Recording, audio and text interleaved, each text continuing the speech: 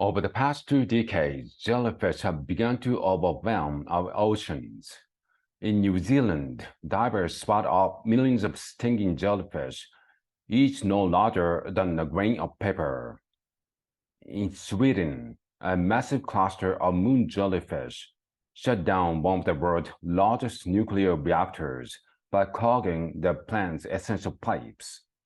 In the Sea of Japan, thousands of 200-kilogram Nomura's jellyfish, with bells 2 meters in diameter, swarm fishermen, snapping nets and devouring local fish.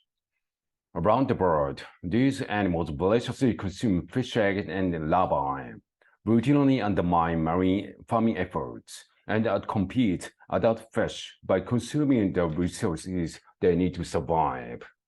If things stay on the current trajectory, we could be headed for the future where the entire ocean is thick with jellyfish. So, is there anything that can keep these jelly-hatting creatures under control? Enter the humble sea turtle. There are a wide range of marine animals that feed on jellyfish, but sea turtles are among the most ancient predators, and while every known species of sea turtle preys on the jellyfish at some point in their lives, none consume quite as many as the leatherback. Leatherbacks are the largest species of sea turtle, and they eat jellyfish almost exclusively, devouring well over 1,000 metric tons of them over their roughly 50 years lifespans. This is particularly remarkable because jellyfish are 95% water and very low in calories. So to maintain the healthy weight, the average 500 kilograms leatherback needs to eat roughly 400 kilograms of jellyfish every day. That's roughly the same weight as a grand piano. And while some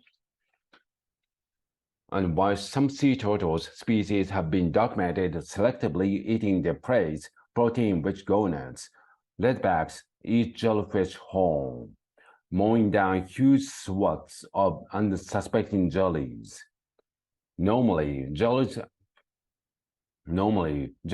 aren't quite this defenseless. Most species have tentacles covered in cells called nightshades, which contain venomous harpoons coiled and ready to launch. These barbed structures, known as nematocysts, are released on contact. Jellyfish frequently use their stings to paralyze and kill their food, and can also irritate the skins of would-be intruders, but is completely useless against sea turtles.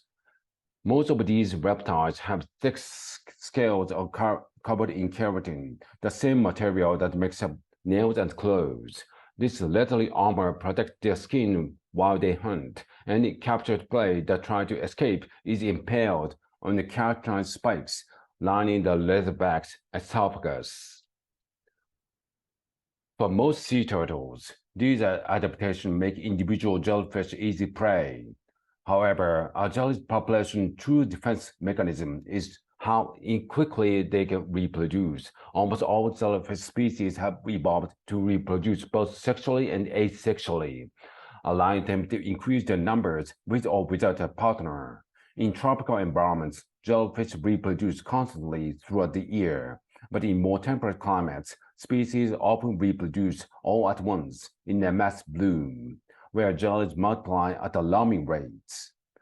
And humanity is making these blooms much more frequent. Fertilizer runoff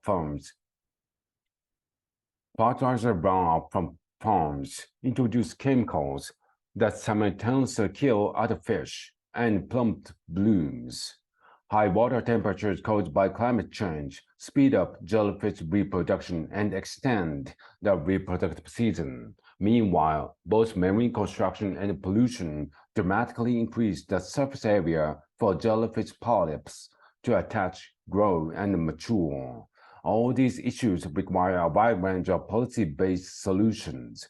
But one major way to prevent jellyfish populations from getting out of hand is to protect their natural predators, many of whom are currently under threat. Small-scale fisheries that are essential to communities in Mexico and Peru often use gill nets, which unintentionally capture and kill hundreds of sea turtles each year. In the Eastern Pacific, these practices could drive razorback to extinction in the next 60 years. Fortunately, some researchers have already developed inexpensive tools to minimize these risks. Attaching green LED lights to gillnets has proven useful for allowing sea turtles, dolphins, and even seabirds to avoid fishing gear. Solutions like this should allow small-scale fishers to support their communities while minimizing the impact on their leathery ocean defenders.